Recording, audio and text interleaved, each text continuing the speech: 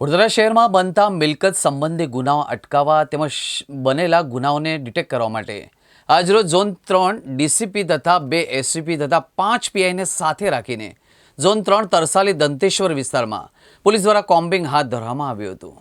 વડોદરા શહેરના પોલીસ દ્વારા તરસાલી દંતેશ્વર વિસ્તારમાં કોમ્બિંગ કરવામાં આવ્યું હતું, જેમાં વિવિધ ગુના અંગે કાર્યવાહી કરવામાં આવી હતી।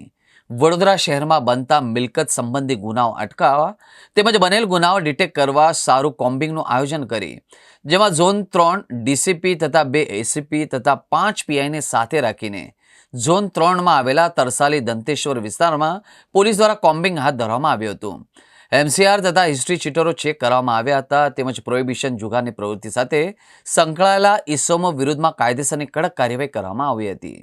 આજ રોજ ઝોન 3 ડીસીપી સાહેબ, બંને એસીપી સાહેબ, 5 પોલીસ સ્ટેશનના પીઆઈ તમામ દ્વારા કાગરેટિયા, તરસાલી અને દંતેશ્વર વિસ્તારમાં કોમ્બિંગ રાખવામાં આવેલું, જેમાં મિલકત સંબંધી આરોપીઓ, હિસ્ટ્રી સીટર અને જે માથાભારે ઇસમો તમામ ચેક કરવામાં આવેલા છે। પ્રોહિબિશનની રેડો કરવામાં આવેલી છે અને તકેદારીના ભાગરૂપે આજરોજ આ કોમ્બિંગ રાખવામાં આવ્યું।